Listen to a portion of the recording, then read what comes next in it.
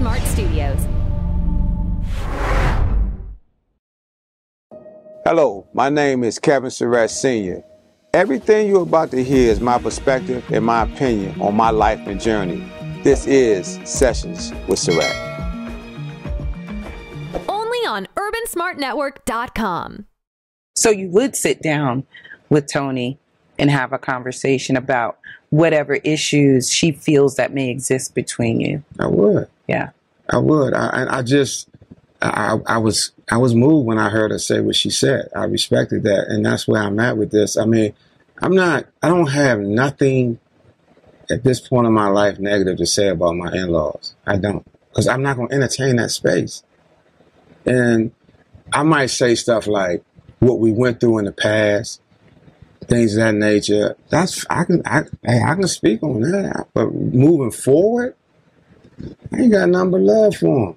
If I see them and they show an open arm or open embrace, I'm embrace them. That's me. That's how I was raised. Yes.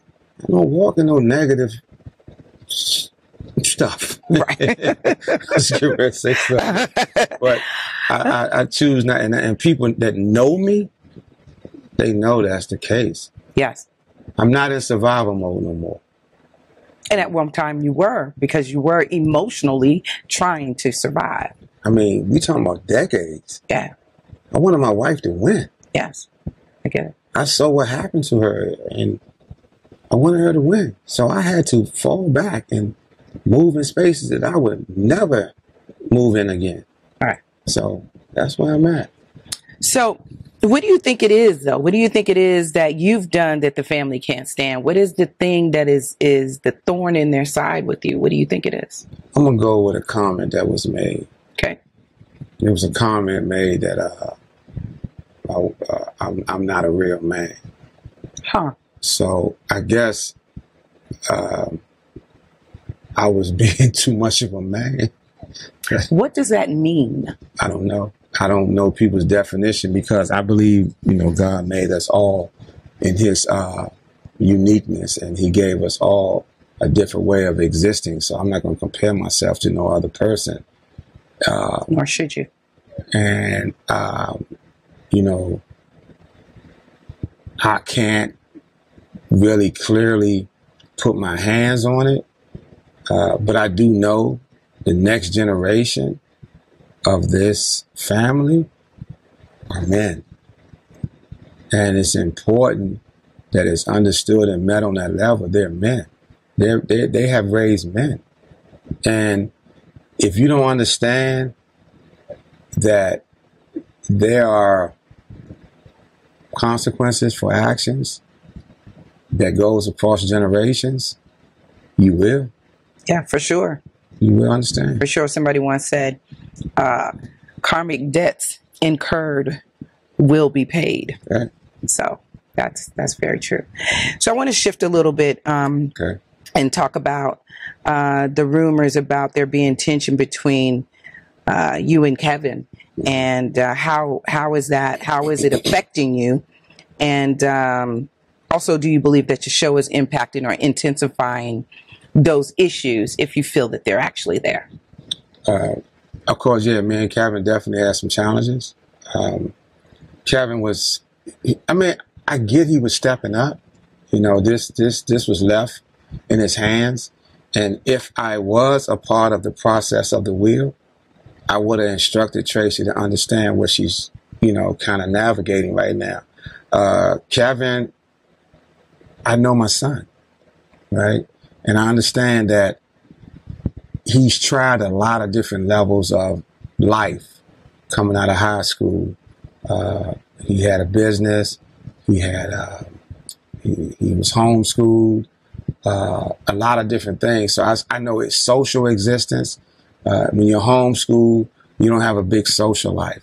So to put that big weight on someone who's still developing as a person, as a man, I really would have said it's important that in this situation that you really understand you can't just dump that on someone, right? And expect him to navigate through that life. See, Kevin wasn't involved with this show. He wasn't on tours. He wasn't around his aunts and individuals like that. He was around doing holidays. You know what I mean? He wasn't around on a regular. Right. So now the opportunity is there for him to be around now. Yeah. And he wants to embrace that. And he wants to embrace it. Okay. But where there's room for opportunity. Yeah, I agree. So when we're thinking about Kevin and his mind state, right? We know how you kind of, what you had to navigate, losing your wife, to plan the funeral and all the different things that you had to do and still maintain your day-to-day life. Kevin lost his mother and he went through a recent divorce. What is your position on the turmoil he's facing? It's heavy. I mean, he's going through a lot of turmoil. What people don't realize is, Kevin was still grieving the loss of Lauren. Lauren was his sister cousin. And that's my brother-in-law's daughter who had come live with us after she had went through a lot of stuff in Baltimore. So Traci took her on like a daughter. Kevin took her on like a sister. I took her on like a daughter. And we embraced her for the years that she was with us. And then when Kevin and Olivia got pregnant, Lauren moved with Kevin and Olivia. And, she was the godmother to a baby Kev. And she was there. And then, some things occurred and she went back to Baltimore and she ended up passing after a drug incident. So, Kevin was still going through that process with her. And then he started going through it with his mom. And he lost, like I said, I had kids from my other marriage. Kevin was close to them. So Herschel passed. And that's a lot of loss. Was really internalizing a lot of loss. So, a lot of people don't know that.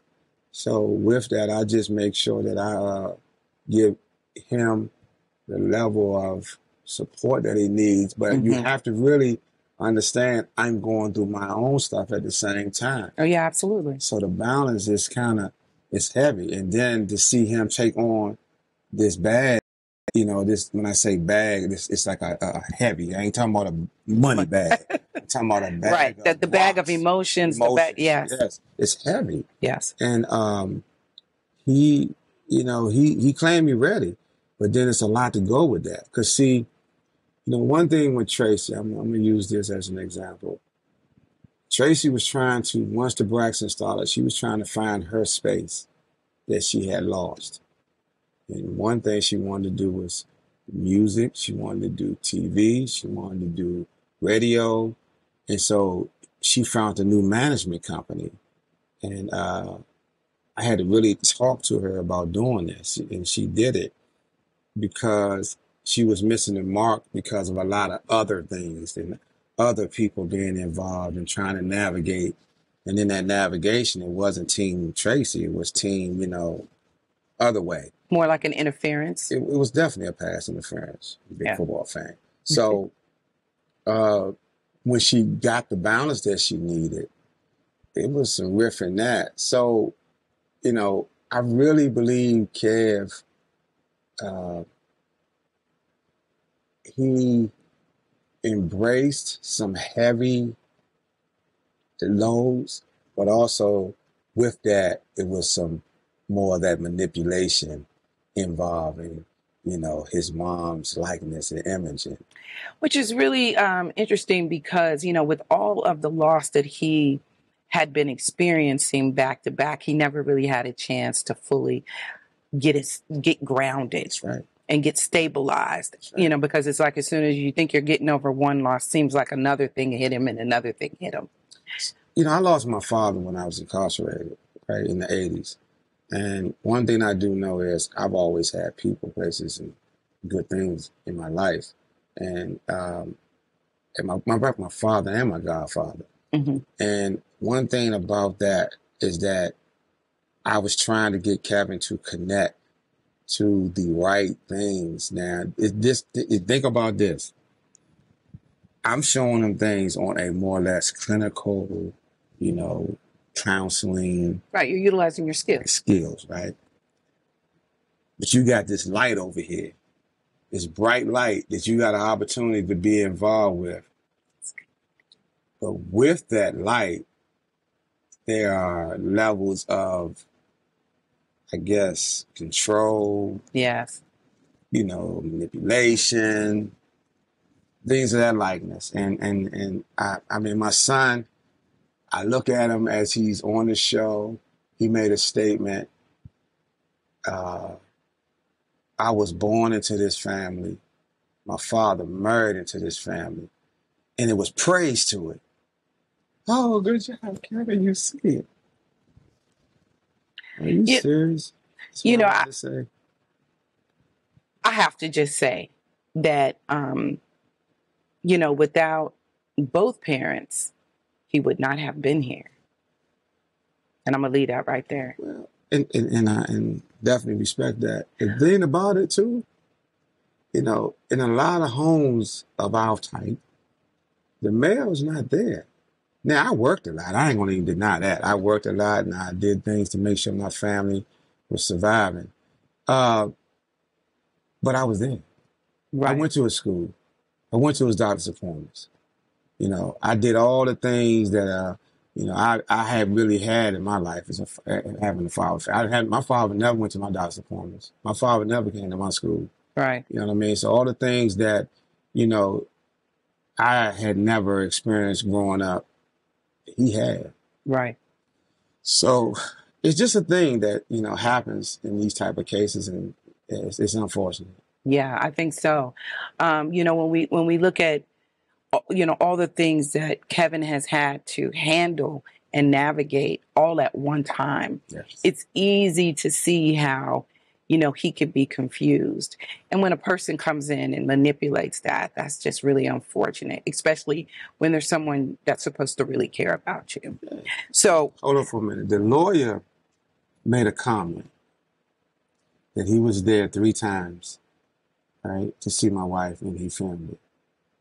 If you telling me you was there 3 times and I didn't experience but 1 time, they're going to well, there was something to that. Right. It was clearly something to that. It's like the timing of it. Why was the lawyer filming it? He said because basically they felt like I was going to push back. And see, this is a statement that was made to me when the will was executed. And remember, I just got a copy of the will 2-3 weeks ago. So it's 2.5 years later.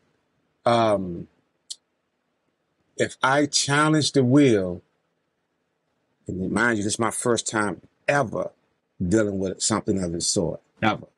If I challenge the will, it would dissolve everything. That's what I was told on more than one occasion. But you didn't receive the will until just 3 weeks ago. Yeah. So do you still have an opportunity to? Nope. So all I want to do now is just try to support my son through this process as much as possible and get him on the right track and move forward. So right. I'm just there. Well, where I was going was this navigating his situation with these publicly played out scenes of his life.